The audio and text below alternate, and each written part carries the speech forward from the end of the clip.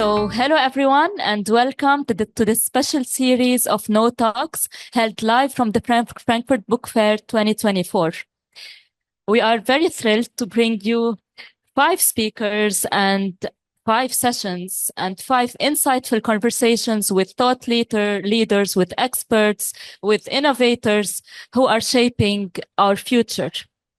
And these sessions are designed to explore this intersection between knowledge, innovation, and impact, addressing the key questions of our time. And as an initiative between the Mohammed bin Rashid Al Maktoum Knowledge Foundation and the United Nations Development Program, the KnowTalks, they have always been about inspiring dialogue and sharing cutting-edge insights. And this special series is no exception. Over the next few days, you will hear from researchers, innovators, and changemakers. And today we are kicking off with a fascinating session titled Research to Impact, Catalyzing Societal Growth. Our speaker is someone who is not only pursuing the boundaries of scientific research, but he is also passionate about making science more accessible, especially for Arab youth. And it is my pleasure to introduce him, our dear speaker, Karim Almahayni, who is currently pursuing his doctoral research at the prestigious Max Planck Institute for Science of Light, where he uses advanced optical technologies to explore complex biological systems. He has an impressive academic background, and one thing that is worth mentioning is that Karim is a graduate scholar from the University of Oxford as an Oxford Sheikh Mohammed bin Rashid Al Maktoum graduate scholar. And today is also particularly special as we celebrate 2 important global observances. So 16 October is celebrated as the World Food Day and also the International Day for the Eradication of Poverty.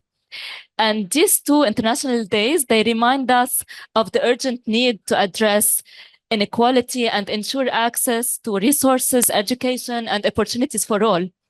And our speaker, Karim Almahayni, embodies the spirit of these important causes. And we will see how his research explores how science and innovation can drive societal growth and tackle such important issues. Awesome. Thank you, Stephanie, for the introduction. So Karim, I'll leave the floor to you and you will guide us through your presentation. However, I'll be back for the Q&A segment. Cool. Thank you. Thank you.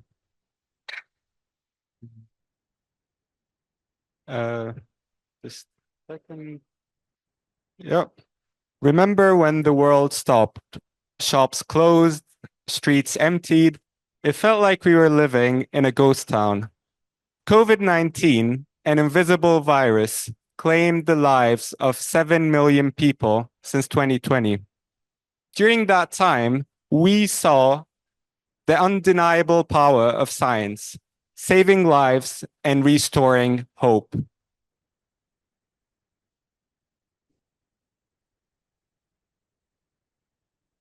During that time, I was doing my master's at the University of Oxford, and right across the streets, researchers were working day and night in order to develop a COVID vaccine.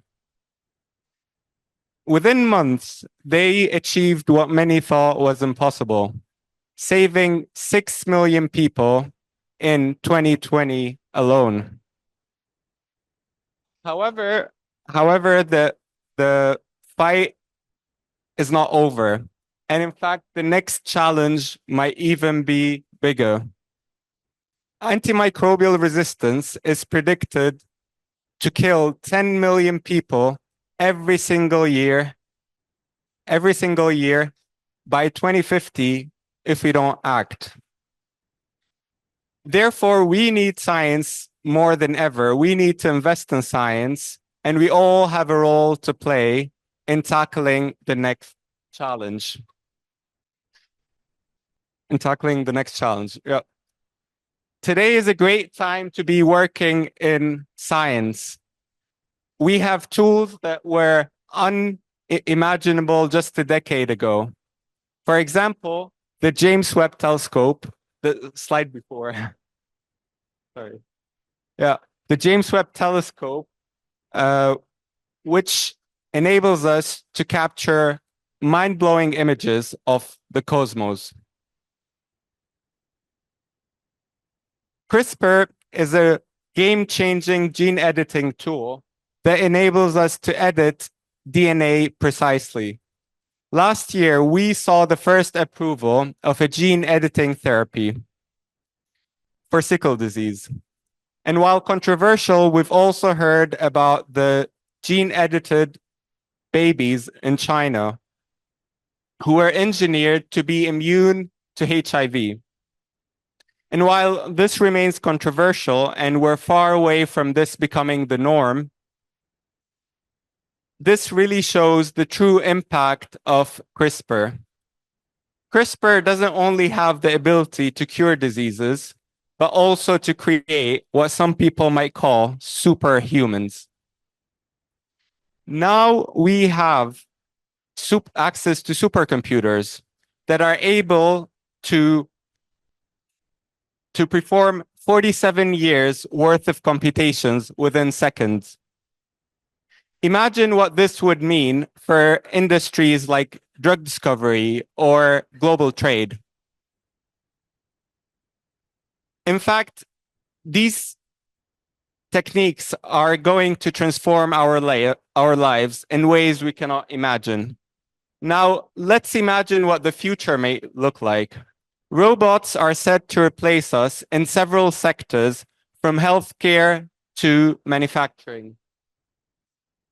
Space travel is going to become cheaper, more accessible, and safer. In the future, a trip to Mars might be a casual thing to do. And in fact, last month, we heard about the first FDA approval of a human brain implant developed by Neuralink. This implant returns the vision to the blind and even enables them to see in infrared. This really sounds like science fiction, but we're getting closer to this reality every single day. Now, I know some people might think this is very futuristic. However, let me remind you that 30 years ago, we did not have access to smartphones, and internet was just a concept. And if I were to give a talk about the life we live today, back in 1990, people would think I'm crazy. My grandma always tells me about a time where people used to write poems and letters to express their feelings. Today, 40% of marriages in the US start online. What I'm trying to say here is that science is not just changing our lives, but also changing the way we build relationships and build societies. I was in office last week, and this is what my office looked like: empty. In fact, I know home office is becoming more and more popular every single year, but we're really missing out on the human interaction and human connection. Now, research doesn't only drive the way we interact and build relationships, but also drives economies. And since we're here in Germany today, let's have a look at some of the numbers from the German economy. Germany has the third largest economy in the world, and they invest over 3% of their GDP in R&D. Last year only, there were over 55,000 patents filed here in Germany. And these investments fuel back billions of euros back into the German industry through the automotive industry, healthcare, and pharmaceuticals. Now, maybe we've stepped too far into the future. Let's take a step back and look at the history of science. In fact, the first evidence of a scientific experiment traces back to ancient Egypt. And when you read about the history of science, you hear about Arab researchers playing a crucial role in pioneering fields such as optics, math, algebra, and medicine. However, this puts into question, why don't we hear about Arab researchers anymore? While trying to find an answer to this question, I came across the Global Knowledge Index, a fantastic metric developed by Mohammed bin Rashid Al Maktoum Knowledge Foundation and UNDP, which ranks countries based on their investment in knowledge. It takes 7 factors into account, and these are higher education, IT, R&D, enabling environment, economy, and pre-university education, vocational and educational training.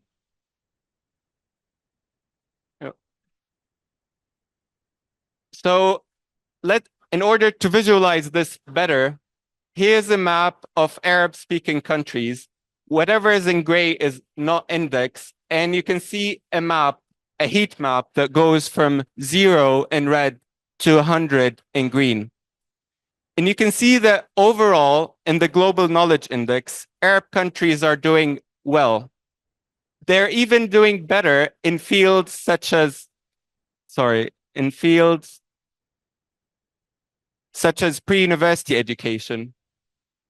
However, when it comes to R&D, all Arab countries are not investing enough in this sector. To provide you with more context, there are over 22 Arab nations that are home to 422 million Arab-speaking people. However, only 1 to 2% of the global online content is in Arabic.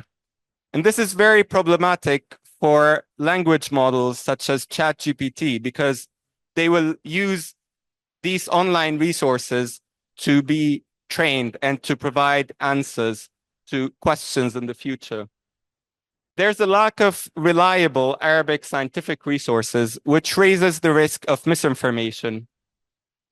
The global average is 1,200 researchers per million. However, most Arab countries have 500 to 700 per million. And most Arab nations invest less than 1% of GDP in R&D, compared to 3 to 4% in countries like Germany and South Korea. So what can we do better? How can we improve? We need to build a research infrastructure that attracts not only Arab scientists, but renowned researchers from all over the world to come to the Middle East and do science there. One model is the Max Planck Society here in Germany, where I work, where they reduced the bureaucracy and provided generous financial funding for research. Such a system attracts researchers from all over the world, including Nobel laureates. Such system allows us to retain Arab talent and we can also improve private-public partnerships and international collaborations. We also need to communicate and promote science in Arabic. And I know this session is being translated as we speak to Arabic. So thanks to the translators. In the past 5 years, we saw enormous efforts from Arab countries to invest in R&D. We hear about Saudi becoming a biotech hub by 2040. The UAE started the first Arab mission to Mars. And Qatar Foundation is offering research grants to promote research in Arab countries. And Mohammed bin Rashid Al Maktoum Knowledge Foundation provides scholarships every single year for Arab students to study at Oxford University. They also nominate students to attend Lindau Nobel Laureate meeting, where they can interact with Nobel laureates and come back with knowledge back to the Middle East. They recently also launched the Future Leaders Academy, which provides licenses for Arab students to continue their education and to continue improving their skills beyond university degrees. And we're actually seeing the effect of these investments on the research output from Arab countries. You can see that over the past 10 years, the research output has been increasing significantly.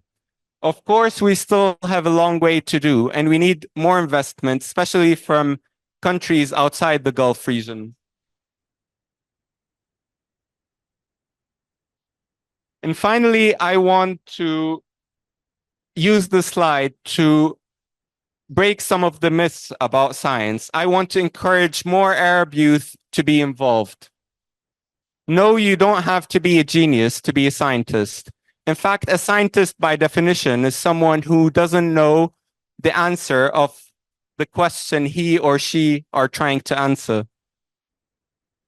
Scientists don't work alone in lab, and usually scientific discoveries require interdisciplinary teams from all over the world in order to reach the final discovery. Science discoveries do not happen quickly and require a lot of persistence and resilience. And finally, we need to see more women in science. This is not a men's only industry, and we really need to do initiatives to promote science and make science more attractive to women. And this is not only something for the Middle East, but for the world in general.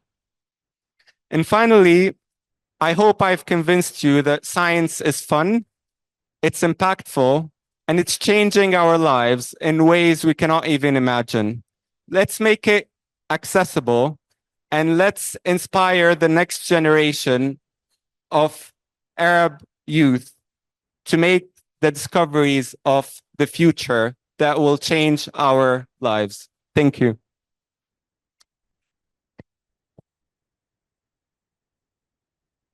Thank you so much, Karim. You must be thirsty, so I got you some water. So that was really insightful. And for me as a researcher, so I'm originally a researcher and still am.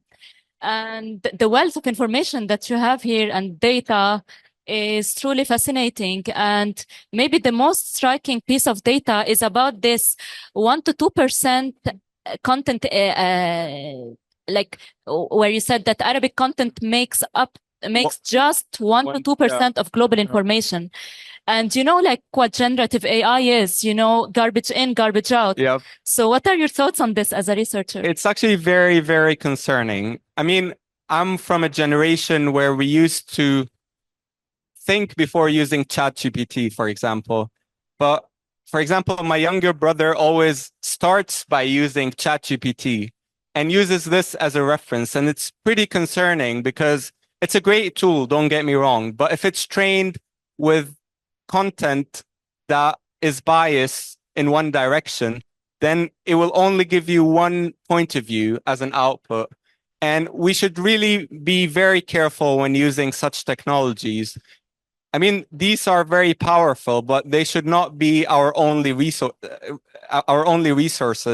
So it's not really a substitution to think of a problem. And I think one of the most important skills as a scientist is critical thinking and evaluating whether what you're reading makes sense, because not all knowledge is correct. And I think there's a lot of misinformation, especially in the Arab world, I would say, because I mean, whenever I read things online, I find a lot of misinformation, unfortunately.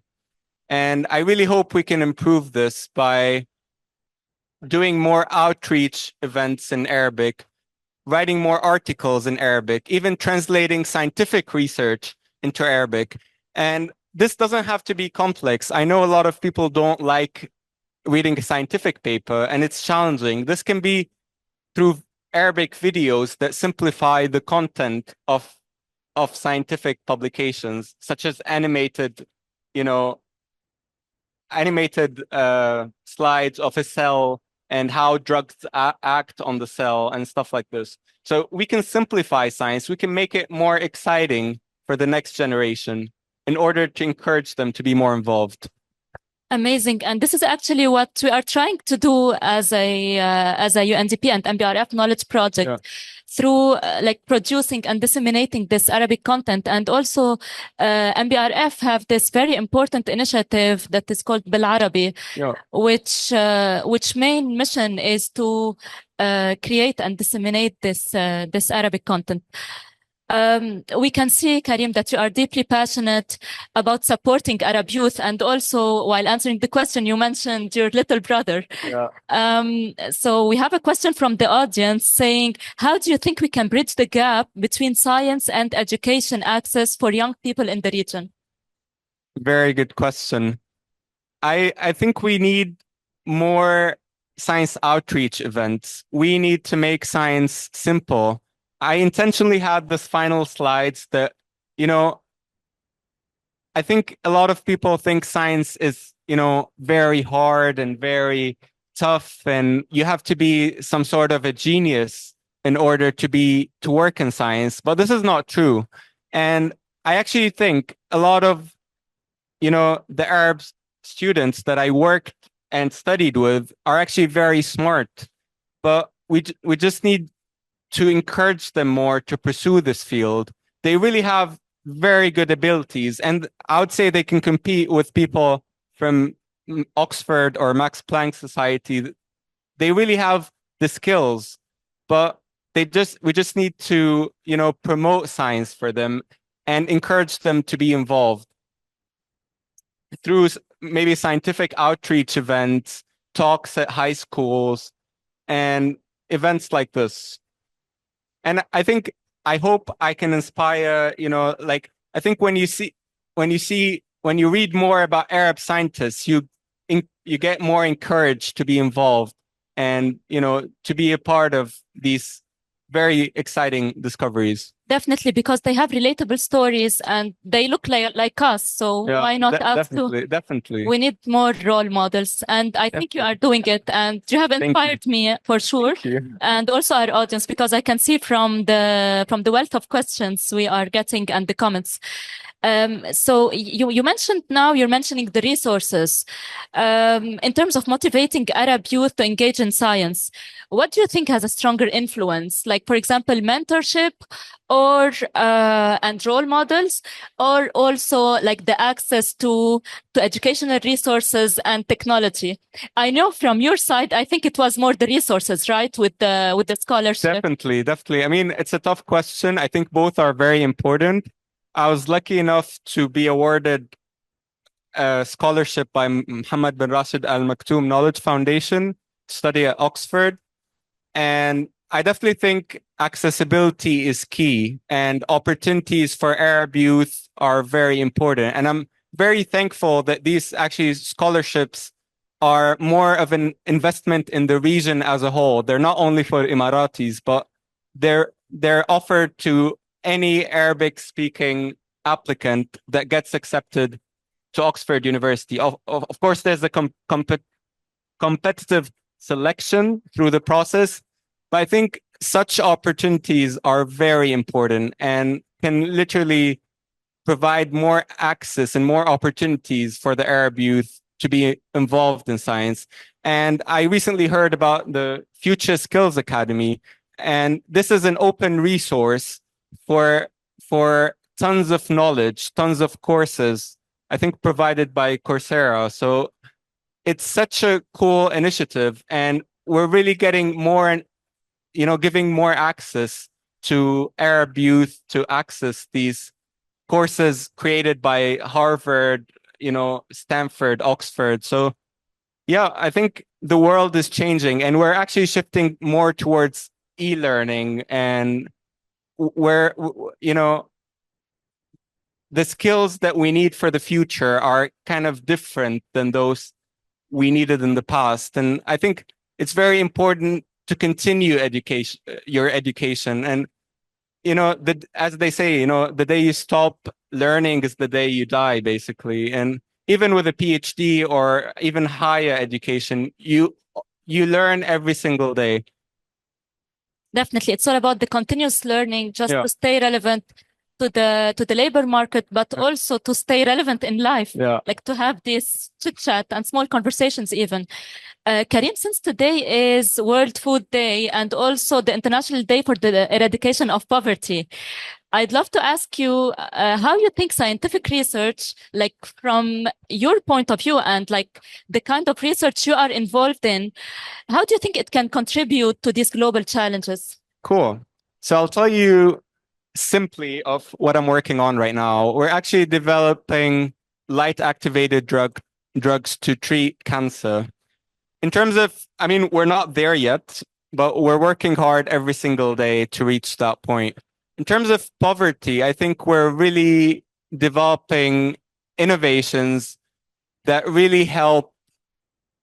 For example, we're inventing storage, like we're inventing technologies that allows us to store food for longer, which reduces food waste.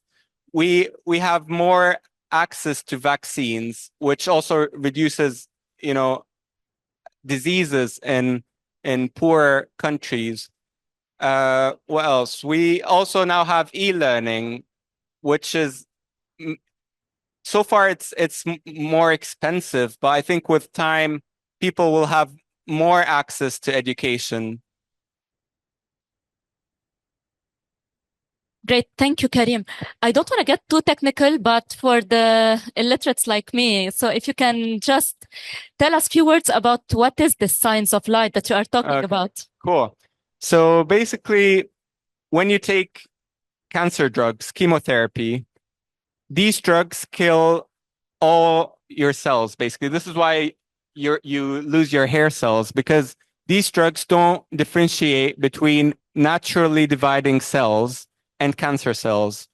So what we're trying to do is to develop drugs that are not toxic. You take them, nothing happens. It's like eating an apple. And then you activate them with light in the region where the tumor is. Therefore, you create a local induction of cell death.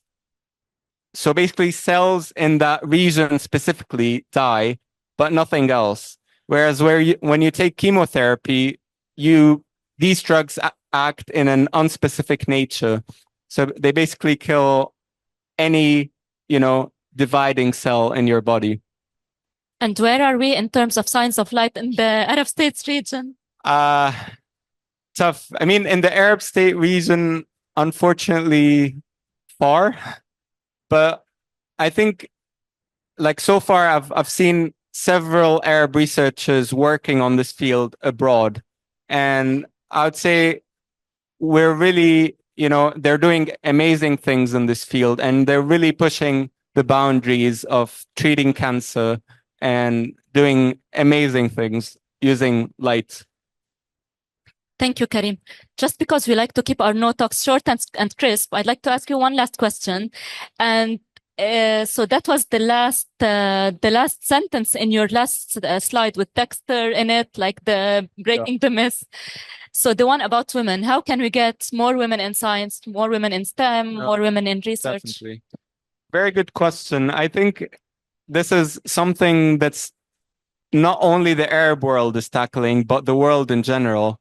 We need to make science more attractive for women. We need to make, schemes that allow people like women to have maternity leaves and be able to pursue science on their own pace. So it doesn't have to be that you do science and just sleep in the lab. It can be that you can have a life and a family, and we also need to encourage women from a young age to be involved in science. And this can be done through scientific outreach and maybe seeing more women in science. And I think when you see someone as a role model, you kind of think, yes, I can also do this. But when there's no real, when you don't see any Arab researchers or you don't hear about them as much, then you feel like maybe, I cannot do this, or maybe the path is going to be so difficult. So I think every Arab researcher has some sort of responsibility to outreach and to contribute back to the society through mentoring, through giving talks, through telling people more about research. And I'm really glad to have this opportunity today and the stage here to, talk more about research and encourage more Arab students to be involved. Thank you, Karim, and amen to that. I'm thinking of having an encore with the two this or that questions, because we are having so many questions, and it's good to take as many as we can and benefit from your presence here. So one of them is, for young scientists aiming to create societal impact, could the focus be more on academic excellence, like, publishing groundbreaking research, or public engagement, as in making science accessible for all? I think publishing is a big part. I think the answer would be both, but which is more? I think publishing and academic excellence is crucial to do science, because it's tough. It's not easy, but we also need to do more outreach events, to be more there for the next generation, to educate. We need to mentor. Like me and my friends, we always try to have a buddy system where, like, we mentor new PhD students, for example, and help them and guide them through the process. And I think this mentoring program or mentoring scheme is really lacking in the Middle East. Yes. And it's also a way of giving back, as you have previously said it. Yeah.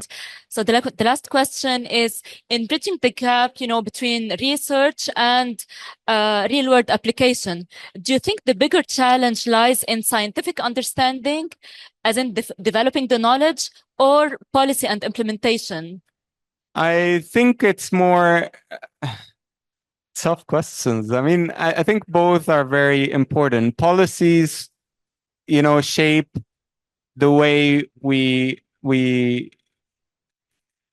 policies basically shape education and accessibility to education. So I think it's very crucial to get more of politicians involved in this and more policies that enable education, and more, events like this, and more initiatives, more investments from Arab nations in this sector. Thank you so much, Karim. And it's time to wrap up. Thank you. I hope the audience enjoyed this fascinating presentation and your answers as much as I did. And we will see you all tomorrow, just in case you are at the fair, because we are having 2 live sessions from the book fair that will not be live streamed, but will be broadcasted at a later stage. So these sessions will be held at the Frankfurt studio and here at the fair. And also we'll have one about the shifts in communication in the age of mass communication with Dr. Mohammed Salhi, and another one with Marianne Greiche on the nuanced dynamics of humans and design. Otherwise, if you are not able to be with us in person tomorrow, so our next encounter will be on Friday with Joel Sahyouni at the same time, just like today, in a session about future-ready digital industrial sales.